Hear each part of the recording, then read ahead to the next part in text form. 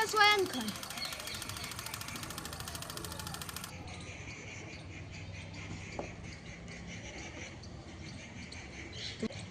तुम कौन हो वत्स? मेरा नाम मानव जी है। मालव जी, जानते हो इस अपराध के लिए तुम्हें क्या दंड भोगना होगा? मृत्यु।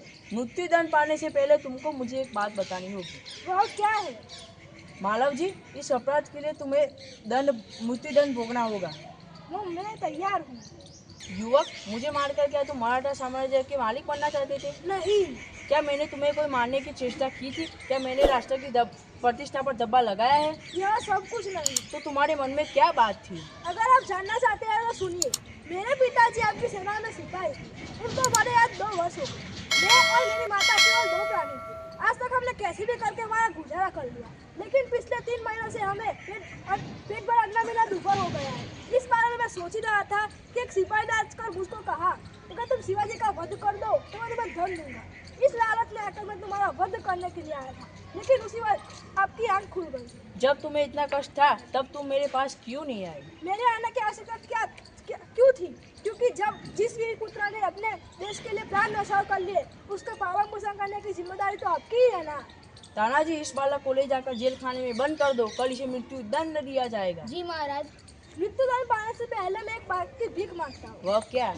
मैं आखिरी बार अपनी माँ से मिलना चाहता हूँ। तुम अपने माँ के दर्शन करके न लौटे तो? मैं वीर पुत्र हूँ, झूठ बोलकर मृत्यु से बचना नहीं चाहूंगा। मैं प्रतिज्ञा करता हूँ, मैं वापस जल्दी लौटूंगा। अच्छा जाओ, यही देखना है।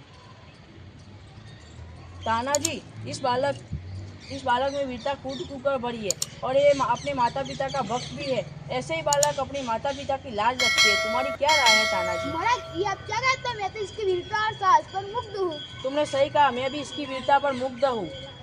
नहीं महाराज। तानाजी, जानते हो मैं इस बालक के साथ क्या व्यवहार करूँगा? नहीं महाराज। तानाजी, मैं इस बालक की परीक्षा लेने के पश्चात इसको मृत्युदंड से मुक्त करके अपनी सेना में भर्ती करूँगा। मुझे यही आशा है इससे कि अपनी मातृभूमि की सेवा में पीछे नहीं हटेगा। घातक से कितनी दयाधन्य है। शिवाजी, तुम्हारी जैसे ही सेना को भारत माता गर्व करती है। आज तुमने हमारी जान बचाई, मैं तुम्हारा सदा आभारी रहूंगा। अच्छा, थोड़ी देर विश्राम करो। तानाजी, इस बालक में वीरता कूट कूट कर बड़ी है और ये अपने माता पिता का भक्त भी है। ऐसे ही बालक अपने माता पिता की लाज रखती है। तुम्हारी क्या राय है तानाजी? महाराज, आप क्या कहते हैं? मैं तो इसकी वीरता और साहस पर मुग्ध हूँ।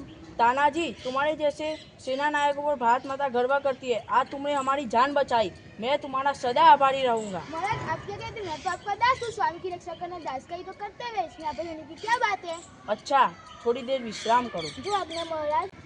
तानाजी, न जाने क्यों मेरे मन में उस बालक के प्रति अगाध प्रेम उमड़ रहा है। जब से वह मेरे सामने से गया है तब से मैं उसी के बारे में सोच रहा हूँ। महाराज, ये उसकी वीरता और साहस का फल है।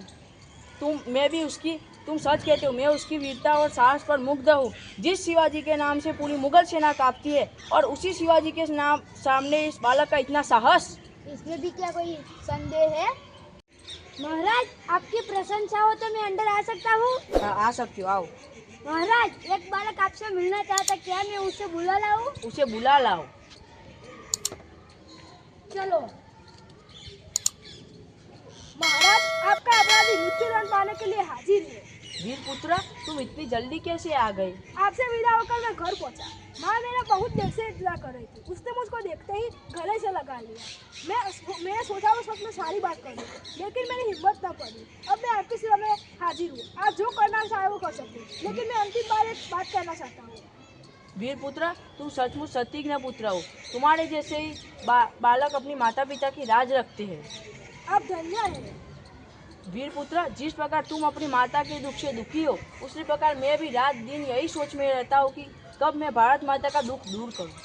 आपने मुझे जीवन दान दिया है, यह शरीर आपका है। मैं प्रतिज्ञा करता हूँ, जब तक इस शरीर में प्राण है तब तक मैं भारत माता की सेवा में कोई कसर नहीं छोड़ूंगा। वीर पुत्र, मैं तुमसे यही आशा करता हूँ।